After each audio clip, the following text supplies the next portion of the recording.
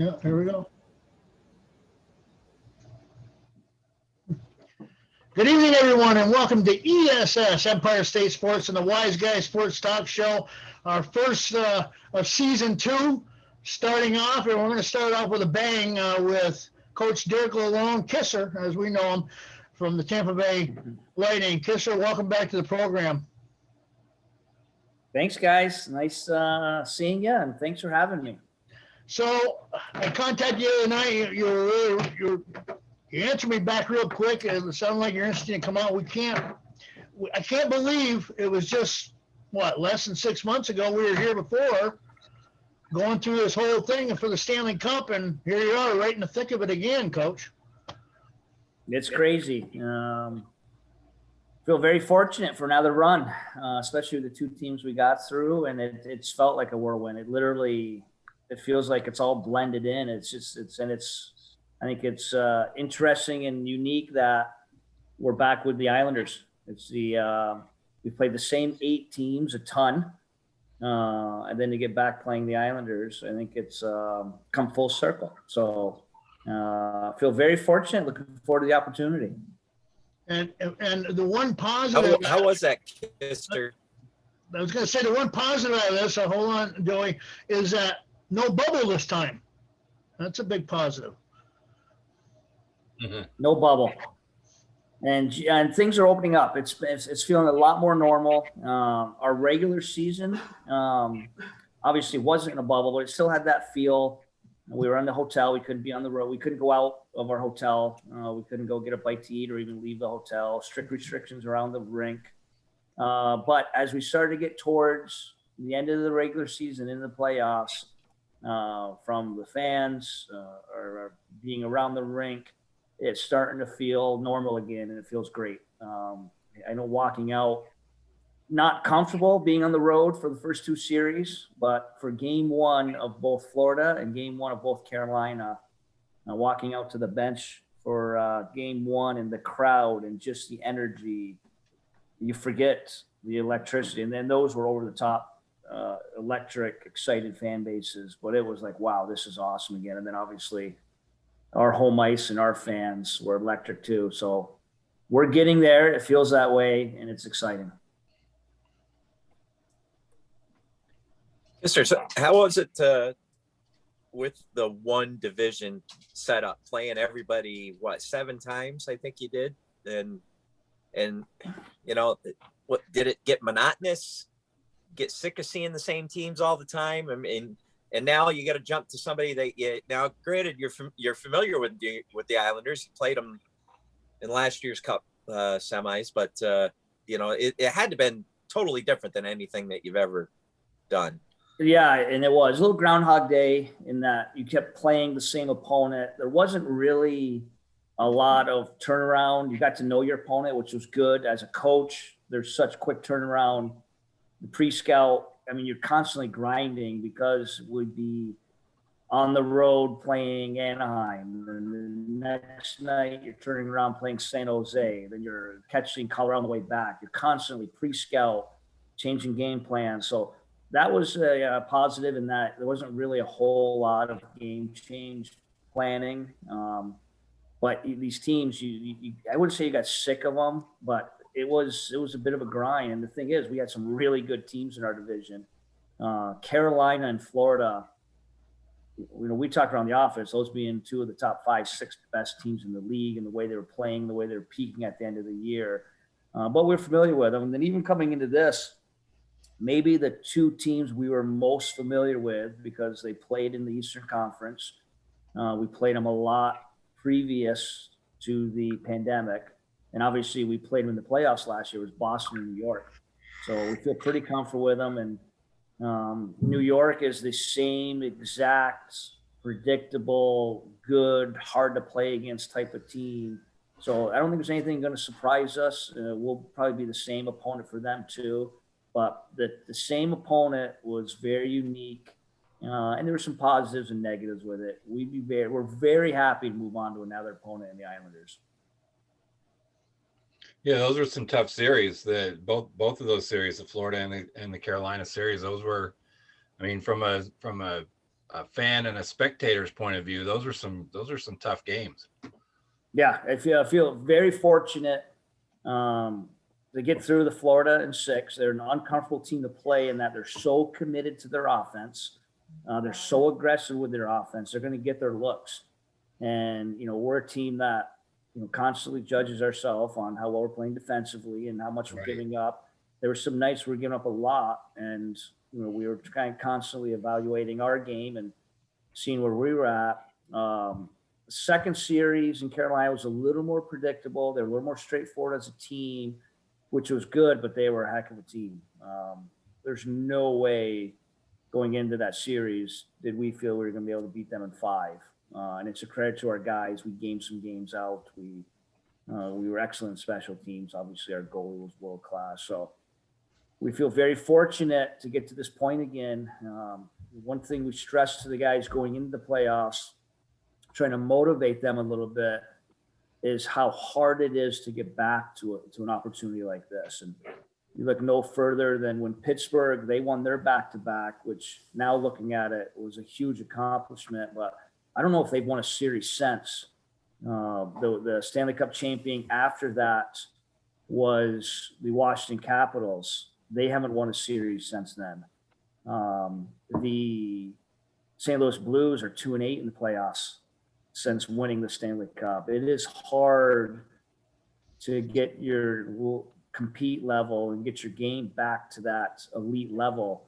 And the fact we had to do it in a shortened off season, in a shortened season, is a huge credit to our group. And this is exciting. Again, feel very fortunate for this opportunity. Do you think that the short off season in any way might have helped you as far as getting back to the level that you're at right now? That's a great question. Going into it, I didn't think so. And we did everything to prepare against it. It was a priority in the off season with our strength and conditioning group. It was a priority as approach with our coaching staff. We tried to manage energy levels throughout the season. We expected some lull and some dull moments, and there was some within our play. But on a whole, the way our guys competed and gamed it out is a credit. And, you can talk about our depth. You can talk about the high-end talent we have in each position. But really, we continue to have this success because our guys are ballers. And I say that confidently and in a lot of respect to our guys in our room. Do you have any words of wisdom to Coach Realm here, who is perplexed at this point? Wondering who he's going to root for, Derek? I mean, Joe and I hashed this out. I had an uncomfortable text from him the other night saying him and Willie were torn. And I went to this new era of hockey. I go to analytics. So some of the analytics numbers are pandemic's over. So the chances of Joey drinking out of the cup if the Islanders win the Stanley Cup is absolutely 0. And the fact that pandemic's done, crushing that I was not able to bring the cup home last year, with this go around, if we're fortunate enough to win, that cup will be coming home, and chances of Joey drinking out of the cup, if we win, is 100%. So I'll get my analytics guys to relook at those numbers, but I'm pretty confident those numbers. So Joe, I think Joey knows where his affiliation is. So I wore a Tampa Bay Lightning shirt, golf shirt to work yesterday, to school. And I got kids who don't know who you are hollering at me for being a bandwagon jumper. And I'm like, I have your picture up in the trophy case at school. And I'm like, you do realize that we have a graduate that's a coach for the Light. The kids don't know. Some of them know your sister, and some of them know, but they're calling me a bandwagon jumper for wearing a Lightning shirt. Yeah. And so I'll get them to understand, though, Kissers, soon. In fact, you know what? As this Islanders series goes on, I'll make sure on the morning announcements that we start mentioning the Tampa Bay Lightning scores. So I realize we haven't done that. That's something we could start doing. So I like it. Get everyone on board. We need it. We certainly need it. we will do it. Now, I've been accused last year of being a jumping on the bandwagon, and I'm like, yep. That's a good Yeah, answer. Yes, I Okay. I was all Tampa Bay last year, Derek, but I have a little problem this year. That's understandable. I grew up with everyone being a Canadiens fan, And I'll tell you what, and it's exciting. I have a lot of chats with my brother in Boston. We're very big Habs fans. We all grew up there. And Yes. he can't believe the way they're playing right now. It almost seemed like a bolt of lightning has struck the Montreal Canadiens, and they're playing real well right now. What do you foresee in that series between Vegas? I think Montreal has a lot better chance than people think. I know it's easy to look at that North Division as a weaker division. Toronto, we've dealt with in our division last few years. They're as good as there is in the National Hockey League. There's no substitute for winning. There's no substitute for momentum. Montreal, I don't care who they've played or how they've got to this point. They're playing the right way. And I think they're going to give Vegas everything they can handle. And I think it's great for the National Hockey League to have a Canadian significant organization like Montreal, or even would have been Toronto, in this Final Four. It's a positive for hockey. So I think it's awesome. I'm rooting for them. It'd be neat. Obviously, growing up where I grew up with a lot of people, a big fan of the Montreal Canadiens. But there'll be a point where I'll stop rooting for them and those fans. Hopefully in 11 days. If they get in the final, I'll take it off just for this interview. So I won't rub it in anymore. What was I going to say? It was top of my tongue. I mean, it's nice to see the different teams being able to see where they are compared to last year, because Montreal had nothing. They're 500 club last year, and all of a sudden this year they come around. Vegas has always been a team that's been up and coming with a lot of new kids on their team. You guys have pretty much stayed steady though, Coach. You haven't lost a lot, and it's pretty much the same team, minus maybe one or two players. Yeah, I think it's a credit to our core. It's a credit to our management group to try to keep this together as long as possible, especially in this cap era and the flat cap, which no one could see coming with the pandemic. So it's a huge credit in this day and age of parity, and the fact that we've been a significant contender for the last few years. We've already got a Stanley Cup in the bank, and we're in the Final Four right now. We feel very fortunate, and trust me, I feel very fortunate to be part of something like this. How's your health stand right now, Kisser, team-wise, as compared to last year going into this series with the Islanders? That's a great question. Knock on wood, it's been fairly good. I know last year going into that Islander series, Cooch was banged up. Obviously, we did not have Stamkos. Every game point was a question on whether he could play or not. The 2 games he didn't play in the Islander series, we lost. Obviously, he's an important part. So knock on wood, right now, for the most part, we're healthy. We obviously have our typical bumps and bruises. Everyone has this time of year. But that can change quick. But we do have depth. We like our depth. We think depth is one of the reasons why we're back in this position. And hopefully we can continue to stay healthy. And obviously the Islanders, the one significant piece missing for them that was there last year is their post-up man sit right in front of the goalie, Anders Lee. Is that something that you're noticing in the game plan? Is their style different without him? I guess would be the question. Anders Lee, we're a big fan of Anders Lee. Anders Lee is a former Green Bay Gambler who I was a Green Bay Gambler coach, but John Cooper, our head coach, actually coached Anders in junior hockey. So they're very tight, and they've got a really special relationship. Obviously, he's a world-class difference maker, but I don't think they've changed much. I think the addition they did at the deadline with the 2 New Jersey picks. Palmieri and Zajac have made their depth great. They are a deep team. They beat the Boston Bruins because of their depth.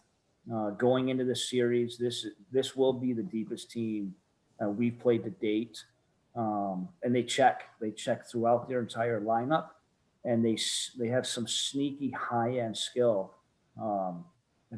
Coach Cooper got interviewed the other day.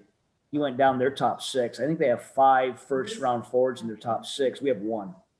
Now, obviously, we've hit some home runs with some of our later picks, but that's a well-designed team.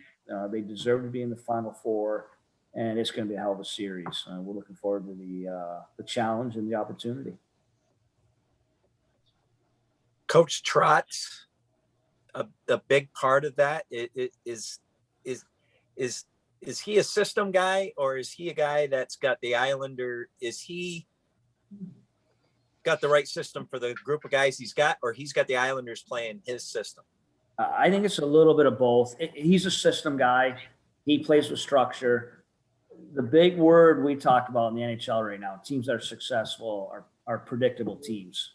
You yourself, you don't have to be a hockey expert. You can watch the Islanders and they look the same on every line. Their habits are the same, whether it's their regroups, their breakouts, their forecheck. And when a team's that well structured and you put on the culture on top of it, we pride ourselves on a culture over structure. But when you have that structure and culture together, you can do special things. And I think that's what the Islanders are. So it's a predictable, world-class system. And they literally just wore down the Bruins. And we've talked this week in preparation, we have to stay in the fight. If you can, you have to outlast them. And we've done that ourselves. We've won 6 straight series with a very similar mentality. And it's no different. The same teams that always get to this point, the Final Four, the Final 2, they all look the same. They're playing the right way. They're playing predictable. They're not giving up easy offense with sloppy turnovers. They're disciplined in every situation. And that's what the Islanders are right now.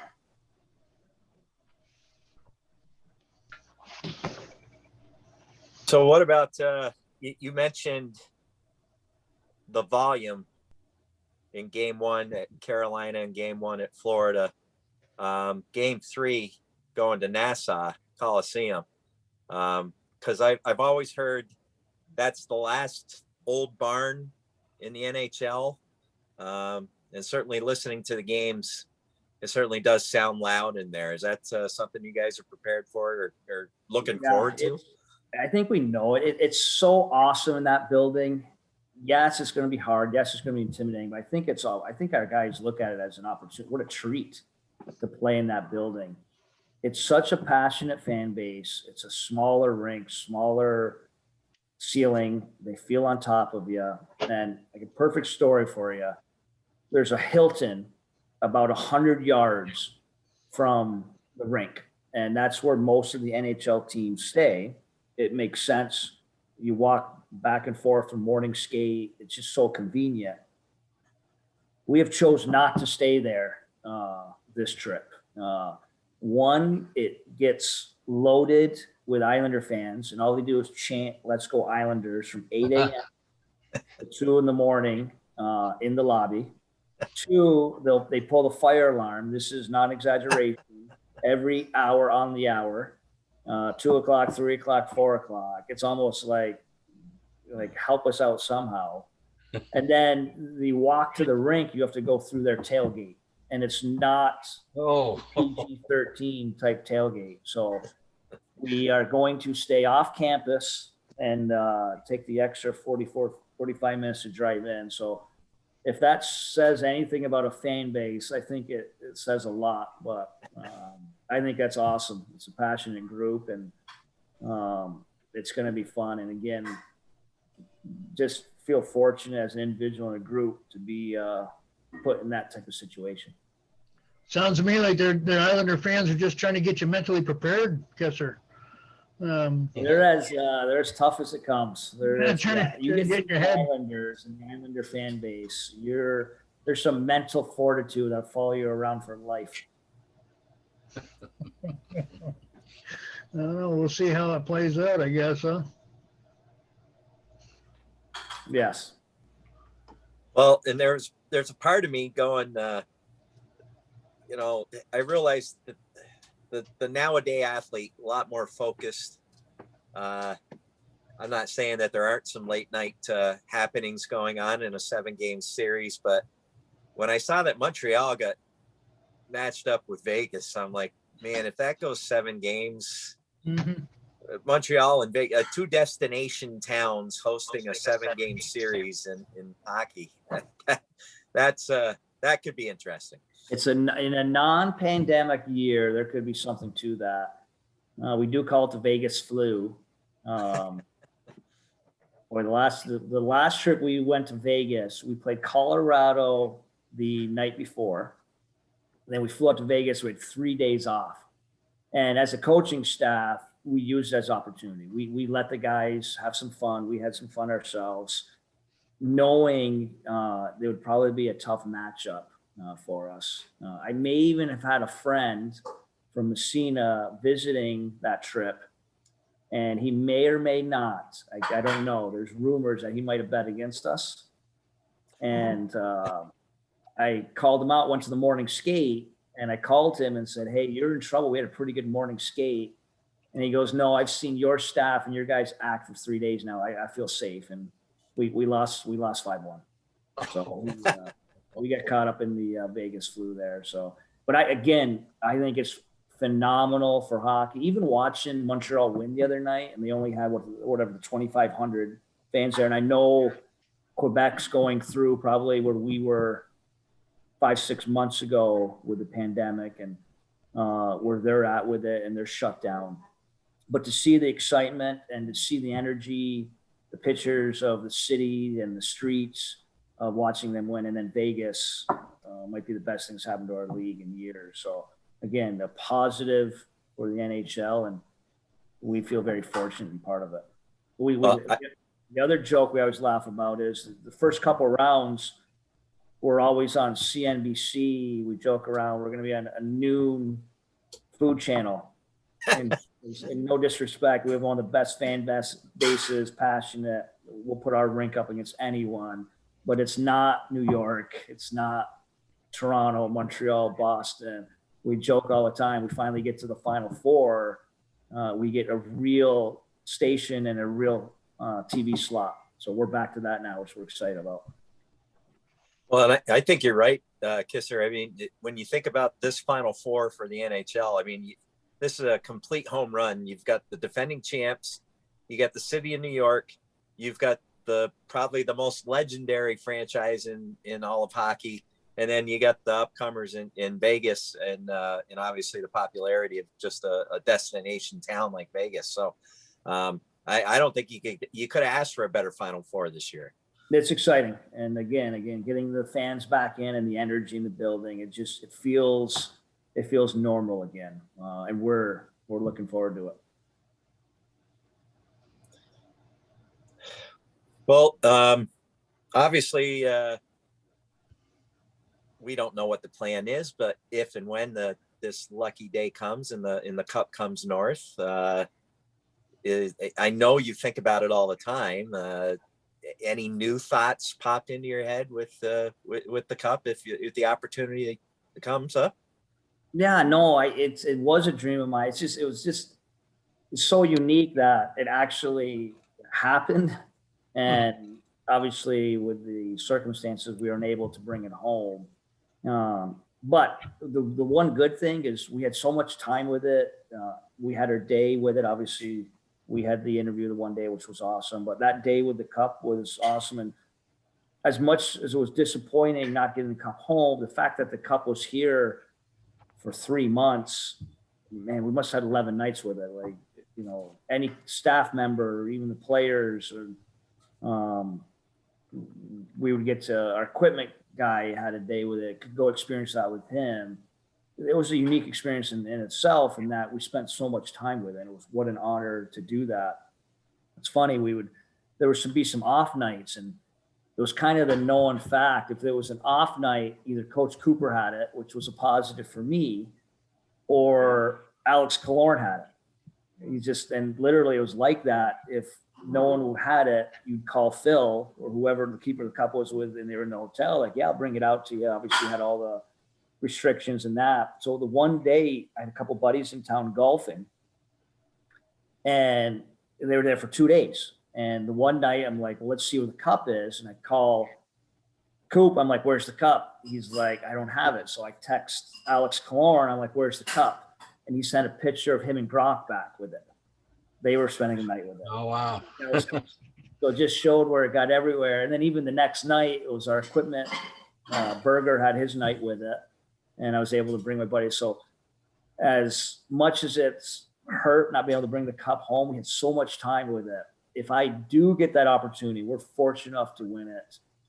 It will even be more about people home and in Brazier and our community being able to spend some time and seeing it, because to have those experience with it and what it means to the average person, or just bringing it around and surprising someone with it. It was a neat experience, something I'll cherish the rest of my life. And the fact that we're knocking on that door again, man, I'd love to be able to bring that home. Now, And the added benefit to us being able to, talk to you with the cup, we can't leave out, being able to talk with Phil Pritchard. Yep. That was not as good as, being able to talk to you with the cup, but to have him there too, it's like, wow. And that was part of the experience. Phil's so real, and he understands what the cup is about and how important it is to people. Man, I can tell you story after story of just being around that cup and to have that cup and to think Well, of him to take the time to answer our questions and just to talk with us. That was cool. And that's him. And he really he appreciates that. And he knows what it's about. So knock on wood, our sports psych guy talks all the time. Don't talk or think outcome. He scolds us whenever we can.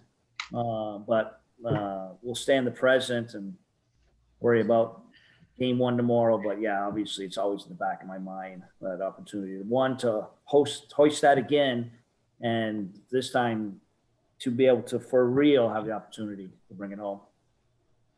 well, I've been giving a lot of thought the last couple series, Kisser, and now that we're knocking on the door again, and if it does come home, we're going to have a serious problem, though. There's going to be a lot of media outlets going to be up there trying to cover you. And ESS and Wise Guy is going to be right on top of the list. I mean, we got to come in first. So we're going to make sure that You happens. guys 100% have first crack. And I know, but really, how many media outlets are there up there? Are we can count on our hand, one hand. We'd be fine. Yeah, but You guys for sure will have first crack. I'm trying to make us sound a lot bigger than when we are too there, Derek. So Yes, well, you are. yeah. Yes, 100%. We get first crack at it, and we'll do a live one from that day. We'll get some time with it for sure. That's what it's about. Hopefully, we can do that. We're just above the Food Network, Kisser. Yes, I was on in the first rounds. We were the noon games on the Food Network, and someone looking at trying to see their stocks on a Monday afternoon, and we're playing Columbus in the third overtime. There's some disappointed people, but now that we've earned the right to get in the Final Four, we're in the limelight now. Kisser, it just clicked with me too. Yesterday I was subbing in classroom and got my hands on a yearbook, or SLC 2021 yearbook, and we have a picture of you and Phil Pritchard with the cup in the yearbook. And so you made the SLC yearbook this year, Kisser. So, I love it. I think those moments are awesome, and think about it. A small world, and I'm proud of being from the North Country. I know we've talked about this a lot. I love being able to share moments like that. I just shared a text with Mike Tromboli from New York, just became president of USA Hockey today.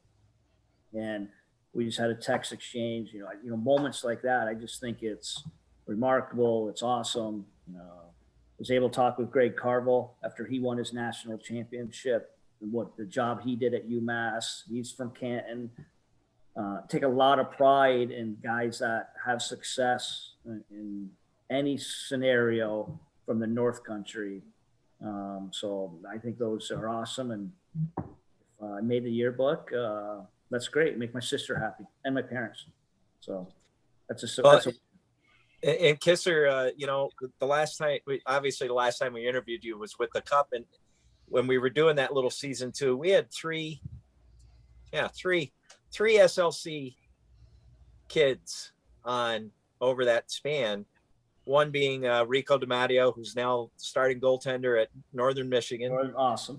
And then Will Arquette, who will be going to St. Lawrence University this coming season, and then Carter Rose going to Clarkson in 2 years. So the tradition from SLC just continues. I think it's remarkable. And talk about Will and Carter a little bit. When I was a kid, Stevie Williams was playing at Clarkson and Andre Dahlback was playing at St. Lawrence. And I was literally in that 8, 9, 10-year-old. I thought that was bigger than life. The fact those guys would come home over Christmas, the fact that those guys would spend time with me at the rink like they did many kids around there, it motivated me as an individual. It made such an impression on me. And to see guys, and they probably don't even realize that, those three, the impression. I got a text from an NHL guy the other day asking about D'Amato and the draft this year, things like that. Like, I think it's remarkable, and the tradition keeps rolling. It makes me proud, and they probably don't even realize there's going to be a kid 8, 10, 12 years from now that becomes special, just like those three did, because of the example they are. So I'm proud of being part of that tradition. Speaks volumes to Mickey and Coach Roy and the tradition of our hockey program there. And I think it's outstanding. And like anyone that's from somewhere special and unique, and I'm very proud to be a St. Lawrence alum, Larry for sure.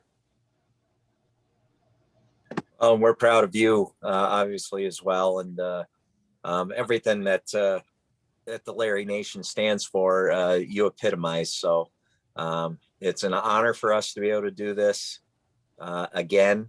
It's an honor tomorrow to know at 3:00 tomorrow afternoon, we get to watch you national TV tomorrow, not the Food Network. So national TV tomorrow for Kisser. And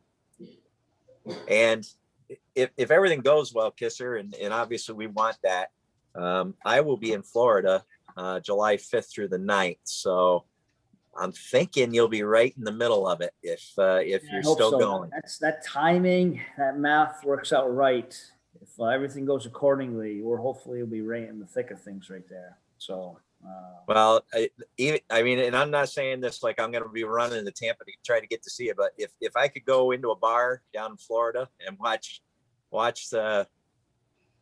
you win the cup or win a game during the series, that would be awesome. So I'm fingers are crossed, and so that my father and I could do that. I think that would be great. Him and I'd be able to sit there and watch you play. So no, there's a neat energy. Our hockey city is awesome, and there's one thing we missed. We probably didn't appreciate how much that brought to this city when we won, especially in the middle of the pandemic, until we got back. We got off that flight and we had our boat parade. It was amazing. And then now it's building. Every series you win, the energy around, you can see our flags everywhere, the logo everywhere, the excitement is building, and that's what it's all about. So you'd be in for quite an experience. Hopefully we can keep it rolling. Well, that's what I'm hoping for. And quickly before we wrap things up, because I know you got to get ready for tomorrow, but I wrote 2 shows ago. I think your second time out, we talked about Tom Brady coming to Tampa Bay, and we mentioned, boy, wouldn't that be cool if it was a Tampa Bay Buffalo Super Bowl, and how close that came to happening. But on top of that, Tampa Bay wins the Super Bowl a little bit after you win the Stanley Cup. I mean, Tampa is in a did you have any did you have any following with that, or were you able to be Absolutely. around anything at all? To feel the excitement. Our guys were hugely into it, and they were into us. I know I saw the other day, Tom did a tweet pushing us along, of, keeping the Stanley Cup. Gronkowski's been to a practice. I had to put the hockey gear on him once. He called me his little buddy from upstate New York, because he went from playing out to putting the goalie gear on, and I was tasked to put his goalie gear on.